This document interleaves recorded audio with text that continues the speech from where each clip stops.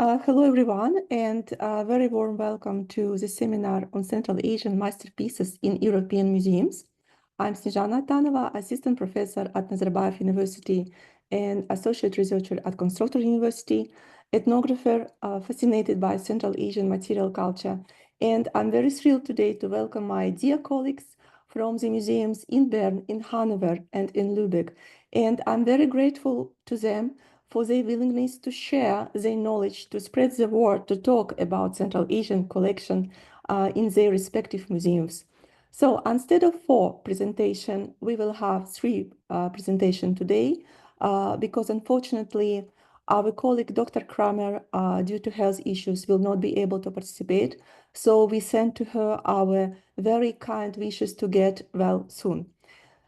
Well, our first presentation will be about ethnographic collection, Central Asian collection in the History Museum in Bern. This collection includes, but it's not limited to Central Asian object gathered in Turkestan in 19th century. They were gathered by Henri Moser, who visited the region several times starting from mid-19th century. It will be followed by the talk about Central Asian collection gathered by Hungarian ethnologist György Ede Almásy. A part of this collection can be found in the Landesmuseum in Hanover. And our final presentation will be about German ethnologist Richard Karutz and his extensive collection of Uzbek, Kazakh, and Turkmen material culture, which can be found now in his ethnological museum in Lübeck. So we have about 40 minutes for 3 presentations, and after that we will have Q&A session. So please prepare your question and send them in the chat. I will read them out for our presenters. So, and now without further ado, let's start. And dear Rahel Wille, ethnologist and curator of ethnographic collection in the History Museum in Bern, the floor is yours. Welcome.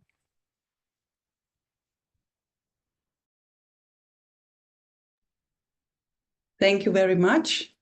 I will share my screen with you.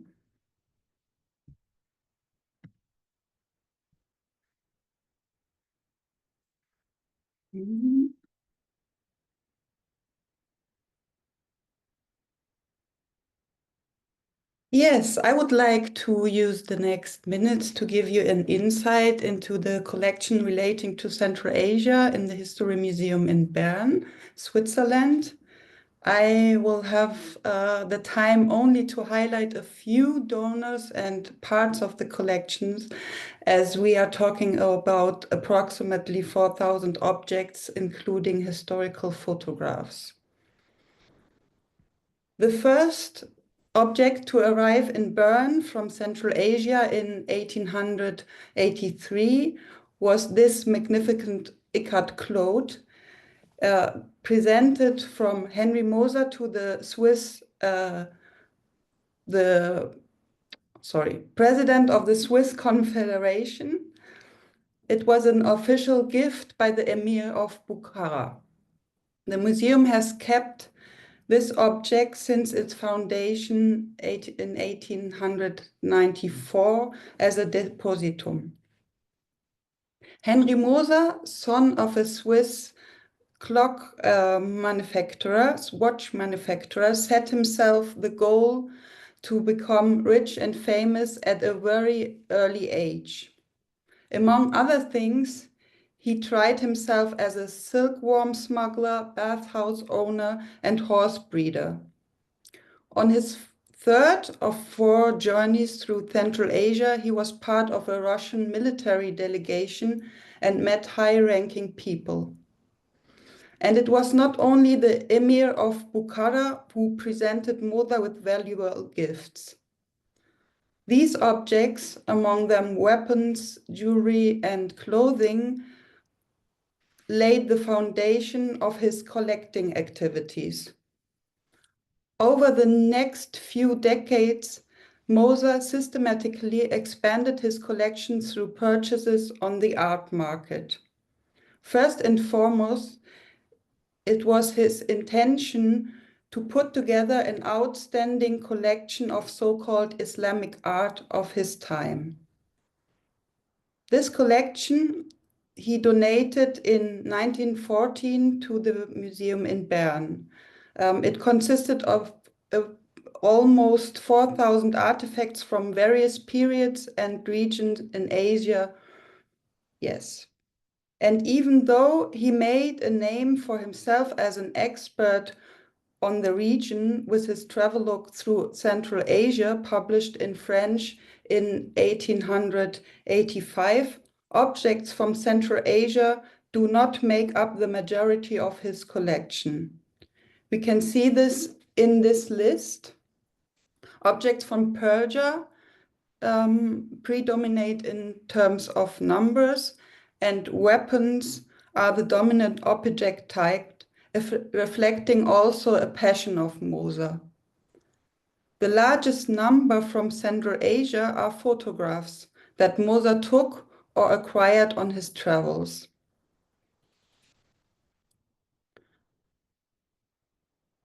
Here are some examples from the albums, which are also part of the collection.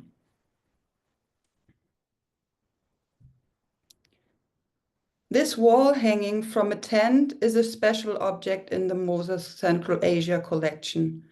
According to his own statements, he received it from a Kazakh nobleman. As you can see here, the wall hanging was also already included in the drafts for the first exhibition of his collection at the Bern Museum. You see it on the right side above the doors. The so-called Musée Moser opened in 1922, and here you see a photograph of the realization after the opening in 1925. The following decades, the so-called Henri Moser Oriental collection was shaping the ethnographic department in terms of new object entries. In the 30s, the museum acquired the collection of the Armenian Dr. J. Fragina of over 500 objects. Hardly anything is documented about her, except that she probably received her PhD in Geneva and that she practiced in Persia for many years, where she probably started collecting. Her collection includes high-quality Persian lacquer work and miniatures, and also 62 pieces of jewelry complementing the Moser collection. As an example, you see here a pectoral ornament. In the 1930s, the museum also acquired almost 200 objects from Walter Bossart from different Asian countries. Bossart became famous as a Swiss photographer and photojournalist, and in 1927-28, he was also the technical director of the so-called German Central Asia expedition. Therefore, his collection includes also textiles, clothing, and jewelry from Northwest China. Here you see a beautifully made headdress and boots from a woman and the photo of an anonymous girl. In the 60s and 70s, the focus of the ethnographic collection at the museum changed. First and foremost, collections were accepted from the context of ethnographic research. These included the collection of the social anthropologists Micheline Centlivre-Dumont and Pierre Centlivre. The Swiss couple conducted research into interethnic relations and forms of social organization in northern Afghanistan in the 70s. which is reflected in their collection, for example, of many different heads. You see here one example. Their collection also includes an Uzbek yurt and also a collection of 85 color slides taken by Micheline Saint-Live-Dumont, documenting the construction of various yurts in Central Asia. Here are examples from this color slides. During the 70s, the existing Orient exhibition, which featured objects from Central Asia, was also dismantled. The yurt became part of an exhibition, you can see it here, together with a Mongolian yurt that Walter Bossart brought to the museum in 1935.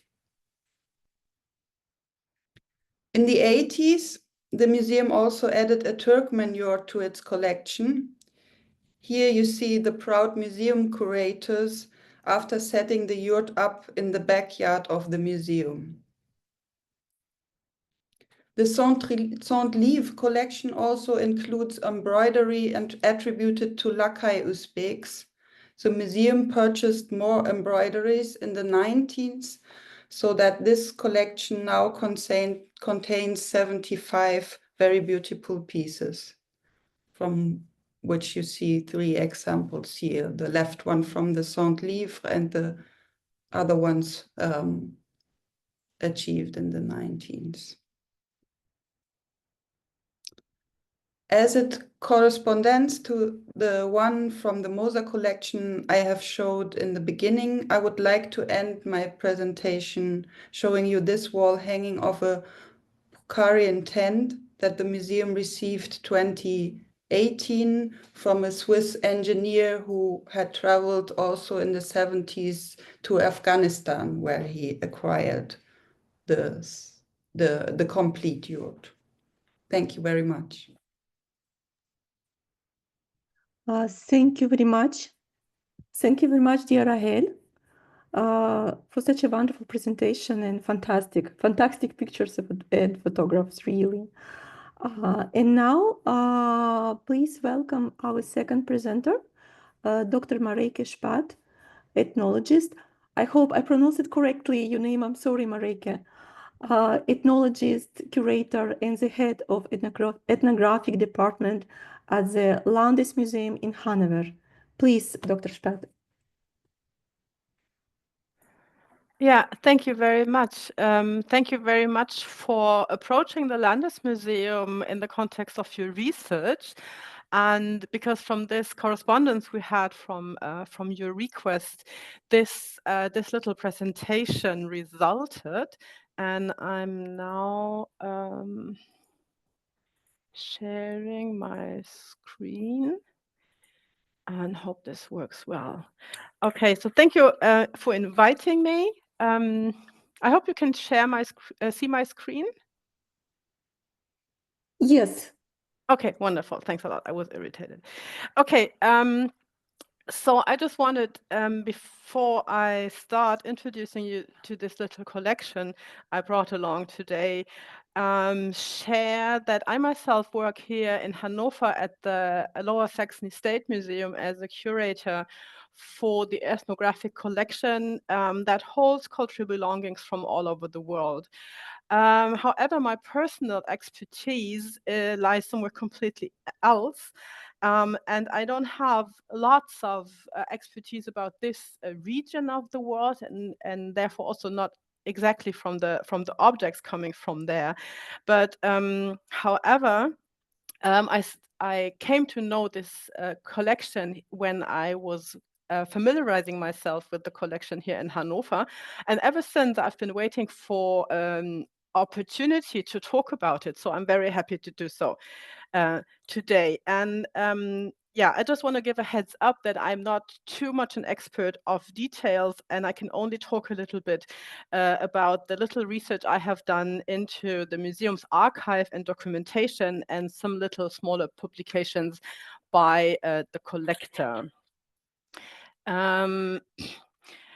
So here, György Almásy or Georg von Almásy, there are several writings, German pronunciations, Hungarian pronunciation, all kinds of, who lived between 1807 and 1933, and he traveled Central Asia in 1900 and again in 1906. Especially in the Tian Shan mountains. And he is known mainly for his interest in birds and in hunting. And this is when I started researching his name and his biography. All you can find, be it on Wikipedia and also from his publication, centers on his taxonomy and also his collecting of birds and a little bit of different animals as well, but it's all usually about natural history. And as a result, as I said so far, György von Almásy is widely known for his research and his collecting in ornithology. And his vast collection of bird skins and related subjects, I'd rather say, is today hosted at the museum in Munich, Budapest, and Vienna, as far as I could figure it out. And the latter one in Vienna holds also archives of his drawings and works in cartography. But it is almost unknown that during his extensive travels, he also assembled ethnographic objects. And so I'm happy to introduce this little collection here today. And I would also like to point out that the Hanover collection, the ethnographic collection here in Hanover, does not hold too many objects or collections from this region. It's more or less really this entire collections that we have, and not a lot but to the side. So about this ethnographic collection, it is registered as having come to the Lower Saxony State Museum on the 28th of July in 1925, so quite a while after his actual travels. And the Lower Saxony State Museum bought the collection from Almásy himself for 2,250 German mark at the time. So it was bought, because lots of collections also have been donated to the museum, but this is one the museum bought from the collector. It contains 94 inventory numbers, and 75 of which are from Central Asia. And they must have been collected by Almásy during his journeys, as I already mentioned, in 1900 and 1906. So in the documentation, we find cultural attributions mainly to the Kara-Kirghiz, but also some few objects attributed to different cultural groups. In the documentation, and I'll show some of that in a second, there's also places of origin given, like where he got these objects from. Although we don't know, did he buy them? Most probably, like for example, it's mentioned Tashkent Bazaar, Samarkand Bazaar. So I assume that he acquired them, he bought them on the bazaar, but from the other places given, we have no idea at the moment in like what transaction actually made him to be the owner of or holder of the objects. There are some more, I just for the sake of mentioning it, I added that there's some more few objects from Hungary and Asia, but also Bulgaria, Sarajevo, and Tyrol. So it's like a slight add-on he then sent later on.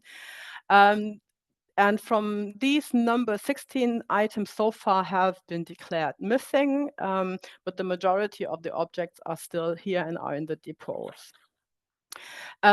So in the archive of the museum, I find correspondence from March 1925 to 1926, when apparently Almásy contacted the then director, Dr. Weigold, who was himself involved into ornithology. And Dr. Weigold, he was at the time, since 1924, director of the Natural History Collection at this same museum. So this is not just an ethnographic museum, but the museum holds collections from all various fields, also a natural history collection. And apparently, the then director, Dr. Weigold, was engaged in the same field of research as Almásy. So I assume that both were most probably in contact about their shared interest in collecting and researching birds. In one letter, he states, In German, mir liegt, wie gesagt, viel daran, dass die Sammlung nicht in alle Winde verteilt und dadurch wertlos im wissenschaftlichen Sinne wird. Which I translate loosely. As I said, it is very important to me that the collection is not scattered to the seven winds and thus becomes worthless in a scientific sense. And this is what he says. This is more or less the only sentence I can find about the ethnographic collection that he apparently acquired besides his interest in birds. So here, just some more documentation. This is like the beginning of the entry of the Almásy collection into the inventory book of the Lower Saxony State Museum. And in yellow marked here some information about, well, them coming from Almásy. And you can see also the numbers where it's mentioned the amount of money that was paid for it. Just to be complete, this is now a page from the inventory book of the Natural History collection, sorry. So I just wanted to add that in 1925, he also sold a number of specimens, antlers and bird skins, a goat and a sheep from Kyrgyzstan to the collection of natural history. So this is more his actual field, and then giving the ethnographic collection along. I can also find a 3-page list, which must have been written by Almásy himself, where he mentions the objects that he sent to the museum. He names them and then he gives, like in handwriting, the additional information of where exactly he acquired the singular objects. In the documentation, we also find this kind of index cards that date back to 1926. They were, well, they were written here in the museum and they contain very detailed descriptions of the objects and also the information of provenances according to the list that had been written by Almásy himself. To my knowledge, so far, the entire collection has not been exhibited ever. It's not been published. No one has researched it or written on it, to my knowledge so far, and I hope to stand corrected. So if you know anything, I would be happy to learn about it. And now for the remainder of the time, I brought a number of, well, photographs of a selection, not of all the 73 objects, but a number to give you a rough idea. So this is apparently one of the 2 boxes, there's 2 of them, in which the whole collection has been sent to the museum. And from the correspondence, I get it that this is rather from, in Almásy's point of view, not part of the collection, but more or less a container, but still it has become part of the collection because it has been inventorized as such. There's 2 saddles, one of them here on the picture, and lots of objects related to being on the road, being on the move, and that also document the everyday life of the people that he apparently met or talked to during his researches in ornithology. Here 2 containers for kumish. There's a number of etuis or bags or containers in various styles and materialities. We find a number of very beautiful tea equipment, like this container for cups, and there's just representing like one of the teapots. There's some more. There's also a number of textiles and jewelries that come along or that adorn textiles and clothes that people have been wearing or maybe are still wearing today. As very typical for ethnographic collections, there's a number of weapons, knives, and tools. Here, just one of the knives I'm showing to you, and the obligatory spoon, which we find very often in more or less all the ethnographic collections. Some of them have beautiful paintings also on the other side. And what I find most remarkable, and what I want to end this short presentation with, is that there's a lot of objects that are equipment for falconry. And this is also where my title derives from, Beyond Birds, which is that here again we have like this close connection to the interest of Almásy in birds and ornithology, which I see represented in these number of objects that he also collected. And so I think that this is also where his interest came from, to document how the people actually treat birds, live with birds, hunt birds, which can be very well seen in the collection. So as a conclusion, my question would be, what do we make of such a collection today? Because so far, and from the little I could do in research, is I can only see the collector and the collector's interest and his very specific interest in ornithology in this collection. But I would wish to discover other aspects in it, and I'm very curious to listen to your thoughts about these cultural belongings in that region. So thank you very much from my side, and I'll stop my sharing now. Thank you. Thank you very much, dear Dr. Spat. You told that you are not specialist in the field, but you provided such impressive research into provenance of the object, and really, I really appreciate that, and I think our audience as well. Thank you very much. So, and now let's move to our final talk, and I invite Dr. Lars Frusorge, ethnologist and director of the Ethnological Museum in Lübeck, and Olaf Günther, his colleague and specialist on Central Asia. Please join us.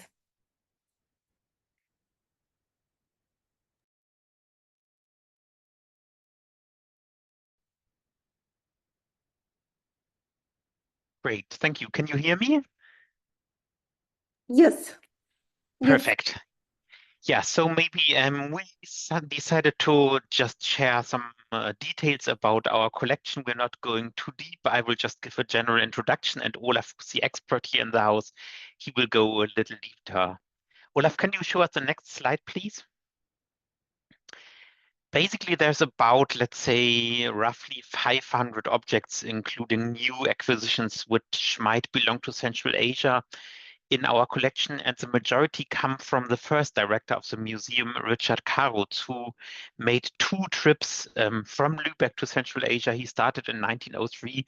He was really fascinated by the fact that it was quite easy to go there through Russia. I think he only had to change the train 2 times to arrive in Central Asia, so that was very astonishing for him. And he collected the majority of the pieces. He also published 2 travel reports from Lübeck nach Kokand and Unter Kirgisen and Turkmen, so basically 2 very classical travel reports of the time. And yeah, we currently reassess this collection. It has not been researched very much in detail, but we are also interested to see it in its historical context. And then we have another very interesting collection, which is more recent.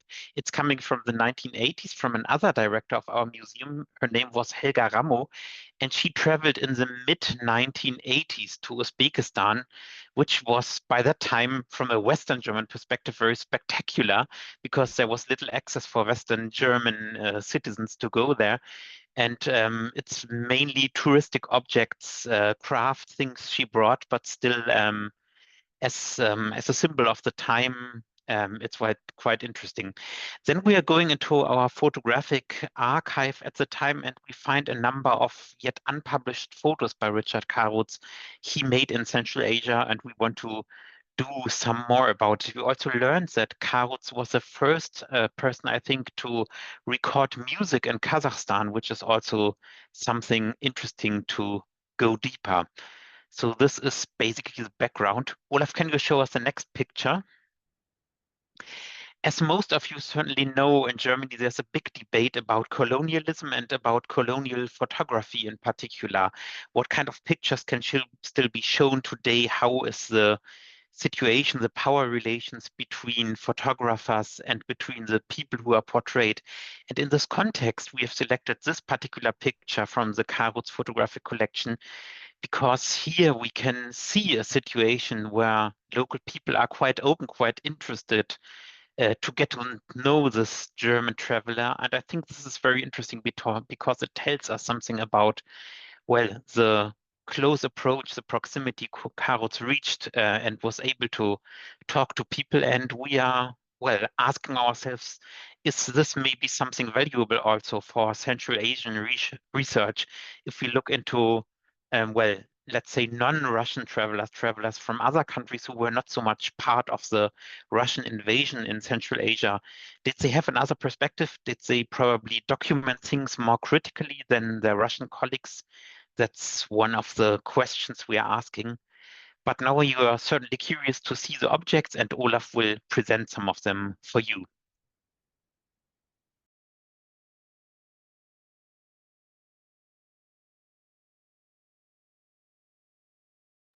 Okay, I just needed to find the button for the vocal. So I am here in Lübeck since June this year or last year. So the first things I did in the collection was to see actually that what was Karutz bringing from Central Asia on his trips to Lübeck back. And I was also entitled somehow to prepare these objects for a upcoming exhibition that we want to do in the year 26 to 27.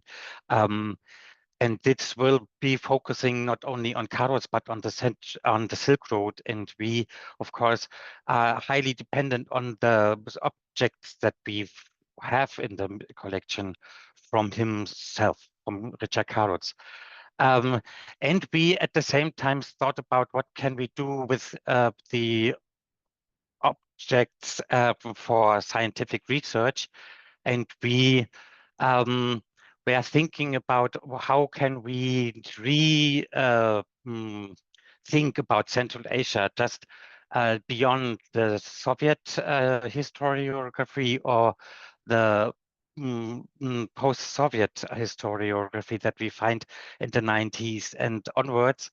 And of course, at the same time, we had the so-called Zeitenwende, which is a German word for what happened in the Ukraine war and how Russia is now behaving or acting in today. And that's why there was a big call for action for the Ministry of Science that we should now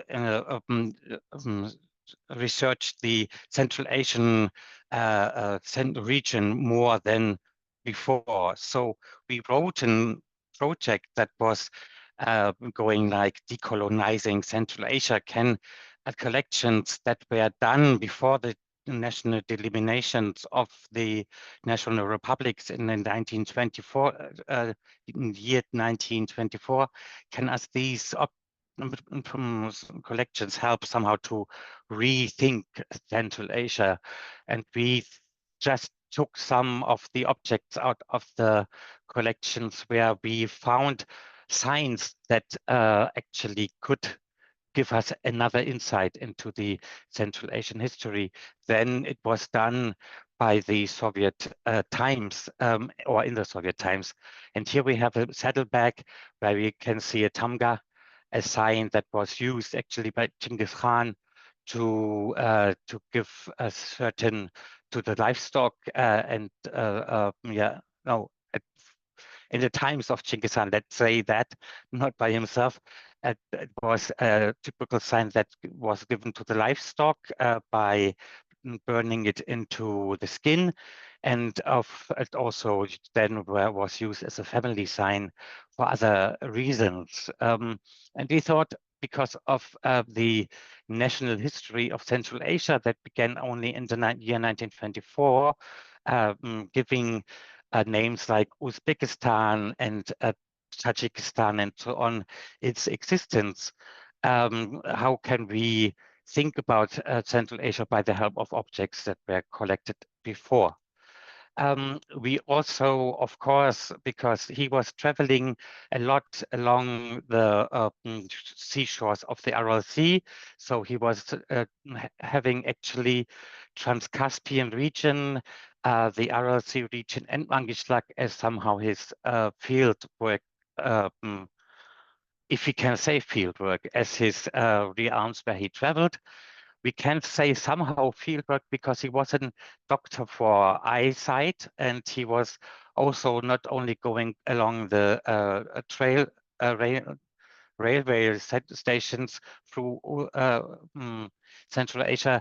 He also stopped in very little villages, as we can see by the first, or could see by the first photograph.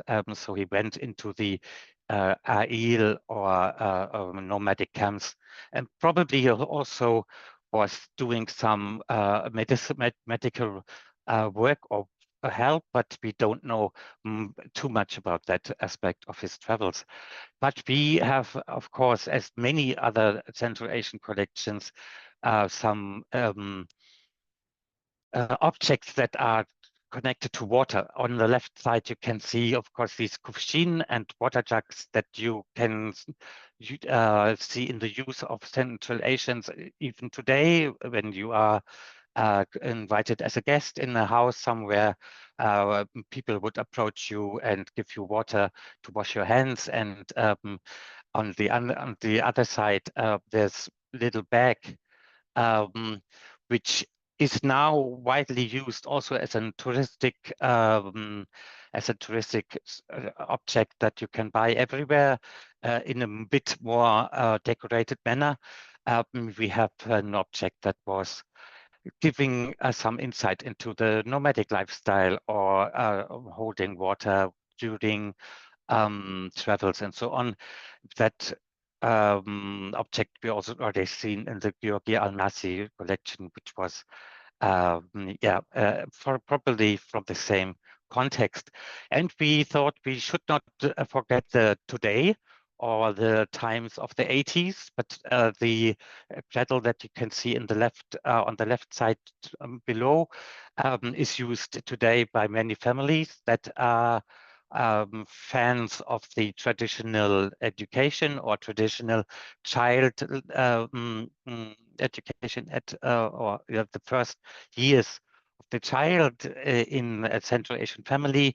But the aspect that was important for us was just this little piece or part of the cradle. You would here see a little child or baby giving his rest of urine or a little bit more into this hole, and you can actually let it sleep dryly without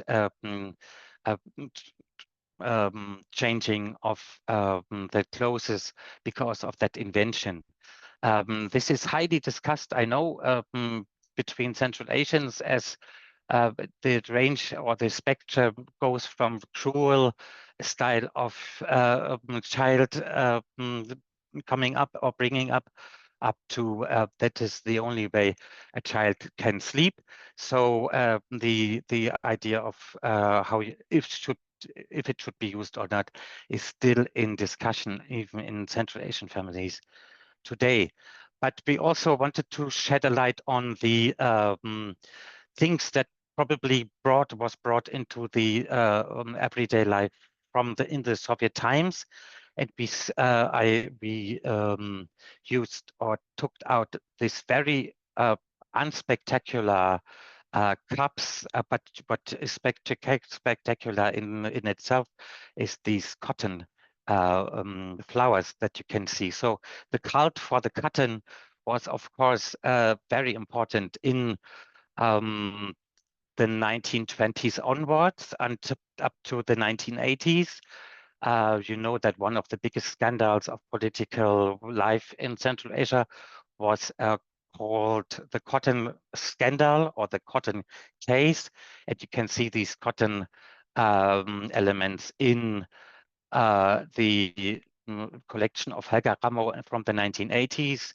Everybody who was already traveling to Central Asia would have similar rememberings on cotton in many parts of its everyday life, but also to highlight some aspects of post-colonial theory. We, of course, have to admit that cotton was playing a role before. So this is a cotton seed separator, which was bought by Richard Karutz in his first travels. And it is actually a little machine that allows you to separate the cotton seeds from the cotton textile, and you then can go on by fabricating the cotton into material.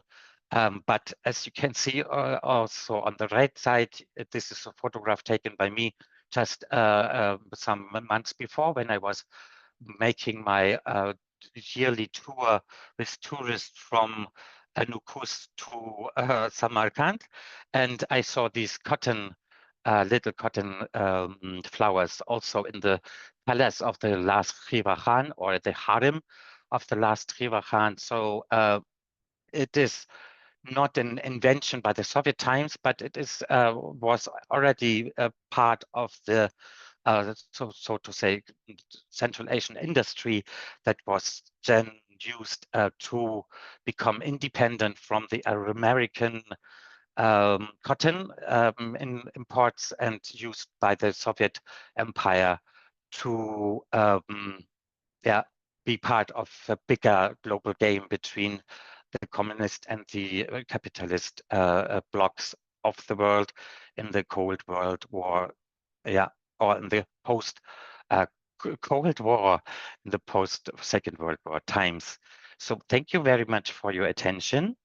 And I hope you are curious now by asking questions, which we of course would like to answer if we can.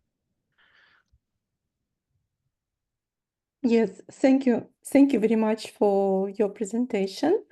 And I really appreciate your remark about water saving bishik, which you presented during your talk. Like we can provide so many examples of sustainable development of material culture in Central Asia. So this is really very important, important dimension in your talk. I think besides this decolonial perspective, of course. Yeah. So now I would like to invite you for question. Если у вас есть вопросы, если вы говорите по-русски, предпочитаете говорить по-русски, вы можете задать вопросы, и я постараюсь их перевести. If you have a question, so please write them in chat. And meanwhile, I would like to use my opportunity as a moderator and ask you a question as well. And well, the question for everyone. Regarding this collection of Henri Moser and Richard Karutz, as well as György Ede Almásy, so there is a huge number of objects and photographs, etc. But do you have, together with this object and photographs, any like private, personal notes of the travelers and ethnologists? It's very interesting to know the history behind this object from the point of view of these collectors. So please,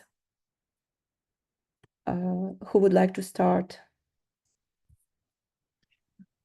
Maybe I can do the start. In the case of Richard Karutz, we have the published travel reports, but and I think this is quite typical for the early 1900s. He hardly mentions where and when exactly he bought the pieces. And I think we have to be honest about this, that people were not really willing to share the sources of objects. When you were a famous ethnologist and you travel to what they believed to be remote countries, and then you simply bought things on a bazaar, that was not very spectacular to report to people back at home in Western Europe. And so our impression from doing general research on collections in the last 5 years or so is that we have to redefine the ways things were collected, and we have to look more into the local perspective. We have to see that many things were actively offered. Many people were already in Central Asia and other parts of the world were already in the late 1900s, late 1800s, ready to present things to European travelers and to make things available. And so that would be the short reply, that people, we don't find much information in the sources, but if you look deeper, you see there was an active trade going on both sides. Okay, thank you very much. Yeah. I would like to go second because I would like to pass my or the question then on to Rahel, who maybe can add something on the question of Almásy as well. So first of all, I wanted to thank to the colleagues who have already given interesting and important information in the chat. Thanks a lot for pointing out this article on Almásy's photography that I hadn't known yet. It's quite recent. Thank you very much. I will immediately read it as soon as we finish this conference here. I'm very curious. I didn't know about it, but I knew I had found information on the fact that Almásy was engaging towards the end of his career in ethnographic writings, what I would rather call them, he was more interested in literature and oral history maybe, and in language. So you find publications on that, but not exactly on his collecting ethnographic objects, or at least I haven't found anything about that. So, but thanks for pointing that out. It's of course true. And a question that I would then add to this is that what I find in his own writing, and one finds it also about his biography, is that he brought along a person, a Kyrgyz person who apparently supported or helped him, or maybe was also leading his research into the epos and the literature. I would be curious to know more about the biography of that person, but I couldn't find a lot. I mean, apart from the fact that he existed and they collaborated somehow, I have no information on that person and would be very curious to know more about that person.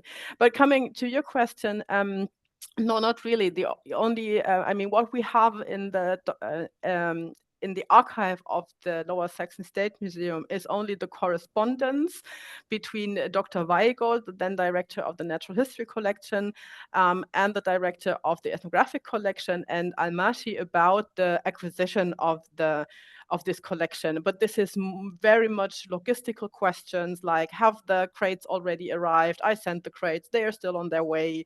You know, these kind of questions about transferring the money, has the money already arrived? So this kind of communication, which is interesting to know. I mean, yeah, about this exact process, but it's not about, not really about, yeah, the details of acquisition, why he chose some objects and maybe others not.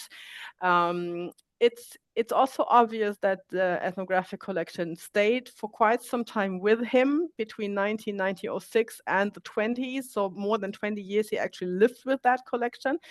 But he also doesn't give any details about it. But so from my little research I have done, there is more information on his travels, which is part of the archive at the Vienna Museum. And this is why I wanted Rahel to chip in, because I have met Almásy for the first time in an exhibition project on the Silk Road that was actually co-curated by Rahel Wille, and where they showed some of these drawings and maps, and I think they were a loan from the Vienna Museum. So maybe just the Hanover Museum is not the right museum to ask these questions.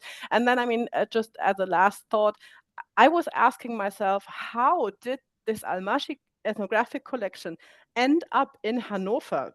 Because I didn't see the relation, apart from that most probably he was in personal contact with Dr. Weigold over their bird thing.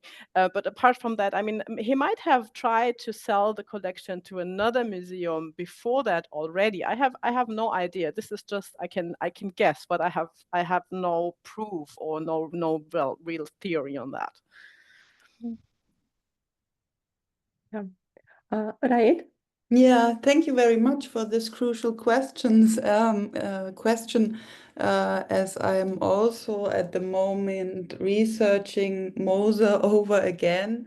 And you, since Jana, might know that with his collections there came a lot of archival material and correspondence, which still doesn't mean that we know the answers for the questions we are asking today. I mean, the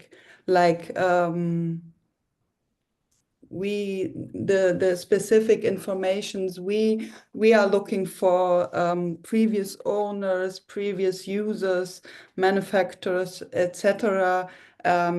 These informations, only if it were, like I mentioned in my presentation, highly ranked person, we don't get them from the archive of Moser, as far as I know. And some person, for example, it must have been, it's my guessing, a friend of his, a female friend. He also got objects from, we only know her first name. So yeah, and I would like to also maybe quickly share my screen again to show you, well, here, maybe to add this also to what Lars said before. This is a photograph also from the Moser collection, where we see on the left side his wife, and there's a second picture which makes us guess that this pictures are staged in a way, but still there are proofs that there was some kind of a market already in the 19th century for certain objects. Yeah, and yeah, I also stretched, so to say, my presentation, talking about the whole collection, not only about Moser, to give it an impression on how things changed. I mean, the collections from the 17th, which came from ethnographic research, of course, we have different information. Still not maybe the detailed ones we would wish for today, but I mean more detailed in which places and also sometimes markets and things they acquired or collected objects. And Almásy, Mareike, I wasn't prepared. This is some years ago, but yeah, as far as I remember, we showed and there were some of his notebooks, and they were more in Vienna, as you said, but I would have to look up my writings from that time to answer this in detail. Sorry. Yeah, thank you very much. Right. Thank you very much. And Rael, I have another question for you, and Yes. also for our colleagues from the museum in Lübeck. Because I have not visited your museum in Bern yet, and the museum in Lübeck, and I'm really looking forward to visit your museums. And so my question is whether if I mean anyone from Central Asia come to your museum, whether it would be possible to find ethnographic collection of Henri Moser or any other scholar, I mean not scholar but traveler, presented in the permanent exhibition. And the same, it's about Richard Karutz collection, whether it would be possible to see this object in the permanent collection, permanent exhibition, I mean, sorry. Yeah. Yeah, the permanent exhibition, that is still up now showcases a few objects also from Central Asia, like also water jugs, teapots, a belt, and mostly weapons. Yes. Yeah. But we would be very delighted to also, for any interested person, to show objects in the depot, of course. Yeah, thank you very much for cooperation. Really. And you are welcome anytime to visit. Thank you. Lübeck. Yeah, in the case of Lübeck, it's pretty much the same. We are a very small museum, so to speak. We have no permanent exhibition at all. We only do special exhibitions each year. So if a scholar wants to come, I think next year would be the best choice. We plan to open the exhibition in February. But anyway, we are very, very interested in any kind of contact. Everybody's welcome to come, and it's very much at the heart of what our museum is supposed to be. We want to share the objects. We actively inform communities all around the globe, tell the people what kind of heritage of their ancestors is here in Lübeck. And maybe 5, 6, 7 delegations from different countries come to Lübeck each year to get to know the pieces. Of course, it's depending on financial questions, stuff like that as well. But for us, it is very, very important to know, get the knowledge from the countries about the objects, and also learn, are these pieces still important to the people today? What is the opinion of the people today? And as much contact and interaction and exchange of ideas as possible, that's exactly what we want. So everybody's welcome to come. Thank you very much. Thank you very much. Dear Marike, I have a question for you. Yes, actually, I told you, I think I told you that in my email, how I was impressed that, I previously contacted the Ethnological Museum in Budapest about their collection of Almásy, and then I just wrote you without any hope to find anything, and then you told me, yes, we have Central Asian collection of György Ede Almásy. It was, I still can feel these goosebumps, which I actually felt after receiving your email, and I'm just wondering how it happened that you found this collection. I mean, I think that's very interesting story, right? Yeah. No, actually, I didn't know this very interesting detail about our communication, because you contacted me about, well, with the completely different questions. I'm sorry, I cannot help you with your research interest in these kind of textiles from the people you were asking me about, and then I was just throwing this Almásy information out, hoping to have a response. So this is maybe a really, really, maybe not even a coincidence. Maybe it's fate. But how I came to know the Almásy collection is, as I said, when I took up this position here at the Lower Saxony State Museum in March 2020.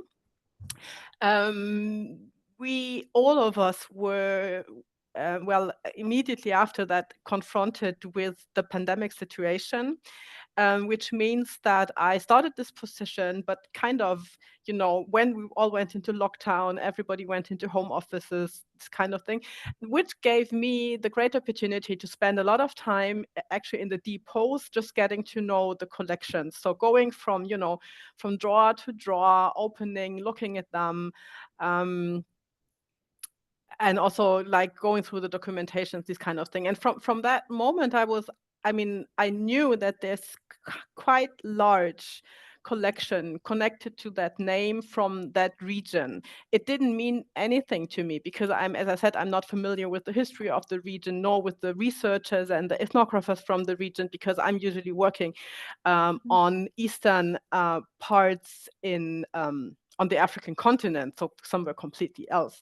And it was only then, as I said, afterwards, when I started a bit researching into it, and then meeting Almásy again in that Silk Road exhibition that I saw in Hamburg. And I started, there were these bits and pieces, and then I just realized that maybe it is just not very widely, if at all, known that this collection does exist, and it does exist here in Hanover. So I hope that, well, from this conference now onwards, more people might know, and people might want to come and have a look at it, research about it, and as Lars very well phrased it, get into the dialogue about this collection. Yes, totally. I agree with you. Yes, thank you very much again. So, well, I mean, we don't have any questions, only comments. So I think this is a good sign. It means that your presentation were very convincing, and so we have something here. It means that your presentation were very convincing, and probably all questions will be actually sent to you privately. Okay, and at this note, if you don't have any question, We have one question in the yes, chat. please, Marhaba. In the chat, can you read it? Well, I don't see any in chat. I think it's about the Question is from about my the question is about the tent. It's The tents, yeah. yeah, which you all would call yurts, yeah. because that is a false name, probably. You see, why yurts as a topic came into the collections of Europe, because Russian ethnographers were asking, what is this? And the owners of the place were saying, this is my home place, which is yurt. Yurtim, which means that is my homeland or my home place, but they never thought that this would be applied to a house. That would they say, not a tent at this or a yurt. Yeah, it's a funny story about colonial times and representing the Central Asian culture by whom. Yeah. Mm-hmm. Yes, you're totally right. Yes. Okay.